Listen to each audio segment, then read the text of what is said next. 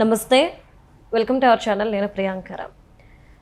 ఇప్పుడు విజయ్ పార్టీ పెట్టి 2 సంవత్సరాలు దాటింది. 2 సంవత్సరాలు పూర్తి చేసుకున్న తర్వాత ఎలక్షన్స్ రావడం, ఈ ఎలక్షన్స్లో ఆయన భారీ మెజార్టీతో ముందుకు దూసుకుపోతున్నారు.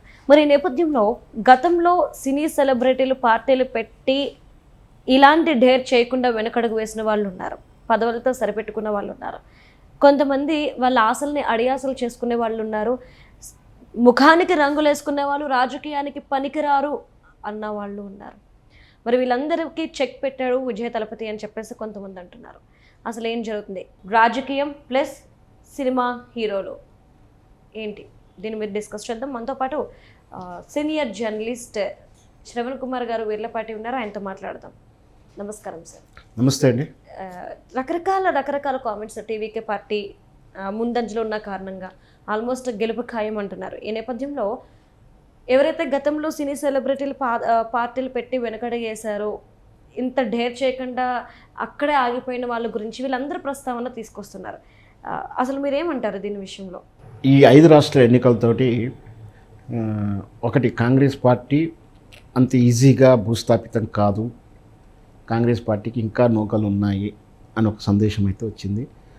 కర్ణాటకలో కంటిన్యూ, కేరళలో పార్టీ గెలవడం, ఇంతకుముందు తమిళనాడులో కూడా ఆ ప్రమేయంతో వచ్చే అవకాశాలు కనపడుతున్నాయి. ఆల్రెడీ కర్ణాటక, తెలంగాణలో ఉన్నది. ఏమైనా ఒకే ఒక రాష్ట్రం ఆంధ్రప్రదేశ్లో లేదు. అంటే దక్షిణ భారతదేశంలో కాంగ్రెస్ ఇంకా సజీవంగానే ఉంది, బలంగానే ఉందని చెప్పొచ్చు అని చెప్పేటువంటి రిజల్ట్ వచ్చినాయి.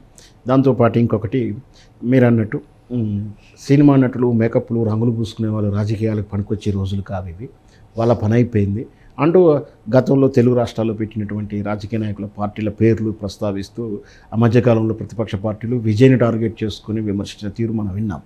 నిజంగా కూడా 1983లో ఎన్టీ రామారావు గారు పార్టీ పెట్టినప్పుడు అనూహ్యంగా 9 నెలల్లోనే విజయం సాధించి ముఖ్యమంత్రి అయినటువంటి రికార్డు ఉంది.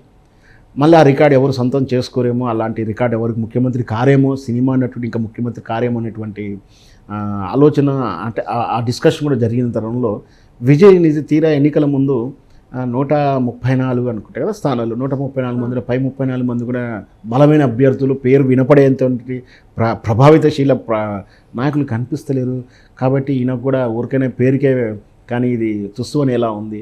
సర్వేలన్నీ అంతకుముందు అంటే సభలు పెట్టినప్పుడు అంతా పరిగెత్తుకొచ్చిన జనాన్ని చూశాం కదా, బాగా తొక్కిసలాటే 9 మంది చనిపోవడం నాకు ఉంది కదా. సరే, మరి చిరంజీవి గారి పార్టీ పెట్టినప్పుడు అదే జనం వచ్చారు, పాపం ఆయన ఓడిపోయాడు, ఆయన పోటీ చేసే స్థానంలో ఓడిపోయాడు. పవన్ కళ్యాణ్ గారికి పార్టీ పెట్టినప్పుడు కూడా ఆయన పోటీ చేసిన దానిలో ఓడిపోయారు. సో మళ్ళీ అదే చరిత్ర పునరావృతం అవుతుందా ఏంటి అని ఆసక్తికరంగా ఎదురు చూసినాం. అలాంటి రాజకీయ విశ్లేషకులకు అనూహ్యంగా బంపర్ మెజార్టీతో గెలవడం అనేది నిజంగా మా అంచనాలకు మించే వచ్చాడని చెప్పొచ్చు.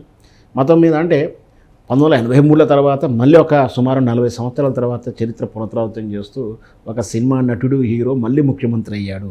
ఇక కాలేడేమో అనుకున్న దాన్ని నిరూపించి చూపించాడు. దీంతో మిగతా వాళ్ళకు కూడా జర ఊపిరి కూడా వచ్చినట్టుంది. సినిమా నటులు మేము ముఖ్యమంత్రి పార్టీ అవ్వాలనుకున్న వాళ్ళకు ఆశలు పుట్టుకొస్తాయేమో.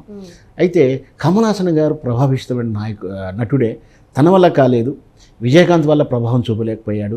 ఏకంగా ఇక్కడ మనం ప్రధానంగా చర్చించాల్సింది రజనీకాంత్ గారు రాజకీయ పార్టీ పెడతాడు, ముఖ్యమంత్రి కాబోతున్నాడు. ఆ రోజుల్లో జయలలితకు వాళ్ళ మధ్య వైరం వచ్చింది. అది కూడా పెద్ద రీజన్స్ ఏంలో చిన్న ఇష్యూలో వచ్చింది. ఆయన చిన్న వ్యాఖ్య చేస్తే నెక్స్ట్ ఎలక్షన్లో ఆమె ఓడిపోయింది. అంత ప్రభావం చూపలేక నాయకుడు రజనీకాంత్ అందరికీ తెలిసిందే. ఆయన అగో పార్టీ పెడుతున్నాడు అని చెప్పి చాలా ఏళ్ళ నుంచి విన్నా. గత 10 సంవత్సరాల కింద, అంటే ఈ ఎన్నికల ముందు పార్టీ పెట్టబోతున్నాడు అనౌన్స్మెంట్ అఫీషియల్గా చేసి ఒక పార్టీకి సంబంధించినటువంటి కార్యాచరణ, సిద్ధాంతాలు, చర్చలు జరుగుతున్న తరుణంలో మరి ఎందుకు ఎలాంటి నిర్ణయం తీసుకున్నాడేమో, కానీ ఎవరి వల్ల ఎందుకు తీసుకున్నాడే, రాజకీయ పార్టీ పెట్టలేకపోతున్నాను నేను, ప్రజలకు అంటే రాజకీయాల్లో ఉండే విమర్శలు చేసుకోవడం ఇవన్నిటికన్నా ప్రశాంత జీవనం, ప్రజల కోసం వాళ్ళ తరఫున ఎప్పుడైనా మాట్లాడుతుంటే ఏదో వ్యాఖ్యలు చేసి పార్టీ పెట్టడానికి విత్డ్రా అయ్యడం చెప్పడంలో కన్నా భయపడ్డాడని కూడా చెప్పొచ్చు. ఎందుకంటే చిరంజీవి గారిని ఉదాహరణ తీసుకుంటే ఈ రాజకీయాలు, విమర్శలు ఇవన్నీ నాకు అవసరమా, నా స్ట్రేచర్ ఏంటి, ఈ అబద్ధాలు ఎందుకు ఆడాలి, ఇవన్నీ ఎందుకు ఇష్టం లేకుండా తిట్టుకోవాలి, ఇవన్నీ కూడా చెప్పాడు చిరంజీవి గారు కూడా. సో ఈ కల్ముషమైనటువంటి ఈ రాజకీయ పార్టీలు నాకు ఇమ్మడవు అని చెప్పి ఏకంగా ఆయన పార్టీని ఉన్నకాడికి మెర్జ్ చేసి రాజకీయాలకు దూరంగానే ఉండాలని చెప్పాలి. ఇంత జనసేన అంత ఊపులో ఉన్నా కూడా తాను ఎప్పుడూ కూడా పార్టీ వ్యవహారాల్లో జోక్యం చేస్తున్నట్టు కానీ పార్టీకి సంబంధించిన విషయాల్లో ఎప్పుడు మాట్లాడినట్టు కూడా ఎక్కడా లేదు. రాజకీయాలకు దూరంగా ఉన్నాడు. ఇంత ఉన్న ఈ వాతావరణంలో రజనీకాంత్ గారు భయపడ్డా, ఇటు చిరంజీవి గారు భయపడ్డా, ఎవరు కూడా ధైర్యం చేయలేదు. భయపడ్డారని చెప్పకుండా ధైర్యం చేసి ముందుకు రాలేదు. విజయమో వీర స్వర్గం అని చెప్పేసి. ఎందుకంటే ఒకసారి రాజకీయాలకు వచ్చినాక ఎదుటి వాళ్ళకు ఈ ఎట్లా ప్రత్యర్థిని ఎట్లా తొక్కాలి, ఏం చేయాలని వాళ్ళ లోతుల్లో లొసగులను దొరికించుకుంటారు. ఆ విధంగానే కదా అతను చేసినటువంటి సినిమాను రిలీజ్గా కూడా ఒత్తిడి చేసింది. ఒకవేళ ఓడిపోయి ఉంటే రాబోయే రోజుల్లో ఇంకేం జరుగునో, ఎలాంటి సమస్యలు ఎదుర్కోవాల్సి వచ్చేదో. సో ఎందుకంటే రాజకీయంలో కక్షలు కార్పణ్యాలు ఉంటాయి. ఇవన్నిటి ధైర్యం చేసి ఆయన టీవీకే పార్టీ స్థాపించి అనూహ్యంగా 26 నెలలు అయింది. ప్రభావితంగా చేసి మేనిఫెస్టోలో మాత్రం చాలా క్రెడిట్ కొట్టాడు. ఆయన విజయంలో మేనిఫెస్టో అనేది చాలా హెల్ప్ చేసింది. సో మొత్తం మీద విజయ్ గెలిచి చూపిస్తారికే మళ్ళీ తమిళ సినిమా నటులకు ఖచ్చితంగా ఫ్యూచర్ ఉన్న అలాంటి మెసేజ్ అయితే ఇచ్చాడు. మొత్తం మీద తమిళనాడులో మాత్రం మళ్ళీ సినిమా నుంచి అయితే బయటికి రాలే రాజకీయం. ఎన్నాళ్ళు ఏఎండిఎంకే డిఎంకే, కరోనా అనేది వాళ్ళ వారసులు, ఎంజీఆర్ వాళ్ళ వారసుల్లో ఉండే. ఇప్పుడు ఆ తరాలు పోయాయి. అంటే ఏఎండిఎంకేల తరం అయితే సినిమా తరం, కానీ ఒరిజినల్ ఎంజీఆర్ వారసులు అయితే ఎవరు లేరు. ఇప్పుడు టీవీకే పార్టీ తరపున తాను వచ్చాడు. మన రేపైతే ముఖ్యమంత్రి అయిన తర్వాత ఎలాంటి నిర్ణయాలు ప్రభావితం చేస్తారు, ప్రజలు ఎంత చొరగొంతాడు. ఎందుకంటే పురుచితలవార్ అంటారు మన ఎంజీఆర్ గారిని, అంటే తండ్రితో సమానంగా చూస్తారు. జయలలితని కూడా అమ్మలా చూసుకున్నారు. అట్లా తన ఆత్మీయుడు అవుతాడా, ఎలాంటి నిర్ణయాలు తీసుకుంటాడో, మరి పాలన తీరు ఎలా ఉండబోతుంది అని మనం వేచి చూడాల్సి ఉంటుంది. Thank you so much sir.